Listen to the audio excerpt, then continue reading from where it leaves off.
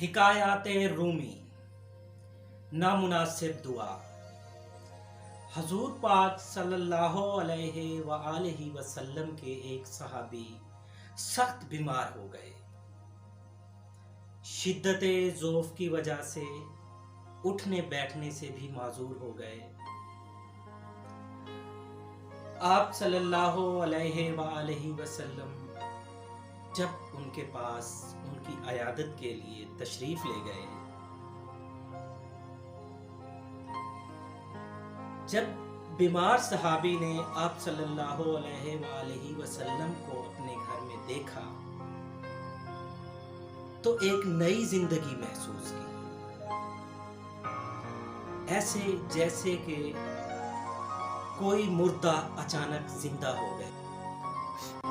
زہ نصیب، اس بیماری نے تو مجھے خوش نصیب کر دیا، جس کی بدولت میرے غریب خانے کو شاہ دو عالم صلی اللہ علیہ وآلہ وسلم کے پائے اقدس چومنے کی سعادت حاصل ہوئی۔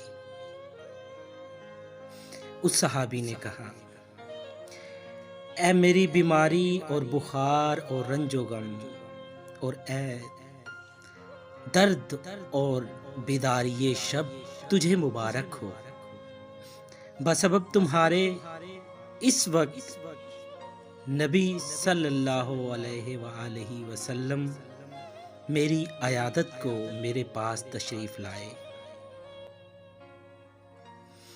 جب آپ صلی اللہ علیہ وآلہ وسلم ان کی عیادت سے فارغ ہوئے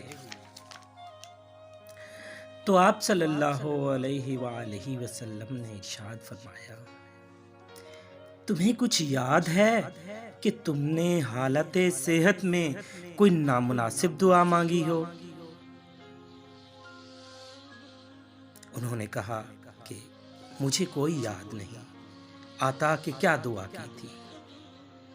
تھوڑے ہی وقفے کے بعد حضور صلی اللہ علیہ وآلہ وسلم کی برکت سے ان کو وہ دعا یاد آ گئی۔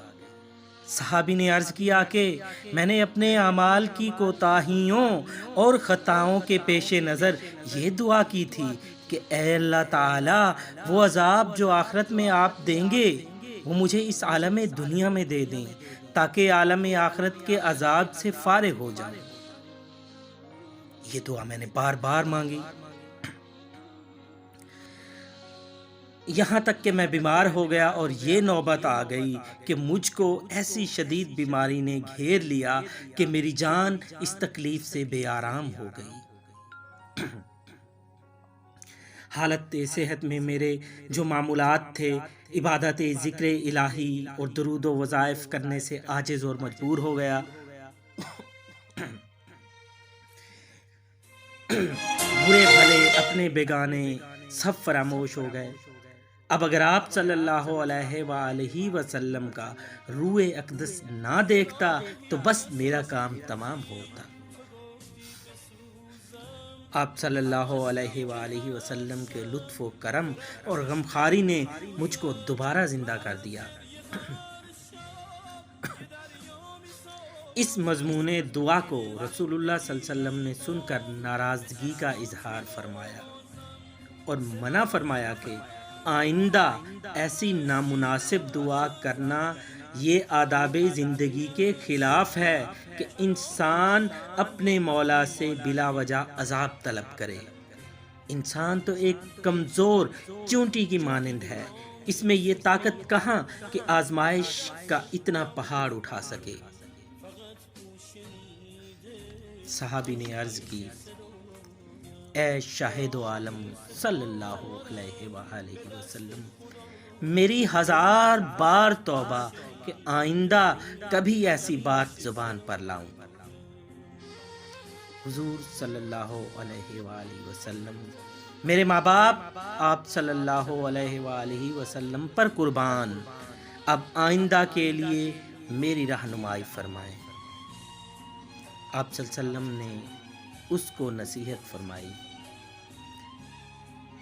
اے اللہ تعالیٰ، دنیا میں بھی ہمیں بھلائیاں عطا فرما اور آخرت میں بھی بھلائیاں عطا فرما۔ خدا تمہاری مصیبت کے کانٹوں کو گلشن راحت میں تبدیل کر دے، آمین۔ درس حیات کیا ہے؟ خدا کی طرف سے عطا شدہ نعمتوں کی ناشکری کرنے سے اللہ تعالیٰ اور اس کا رسول صلی اللہ علیہ وآلہ وسلم ناراض ہوتے ہیں۔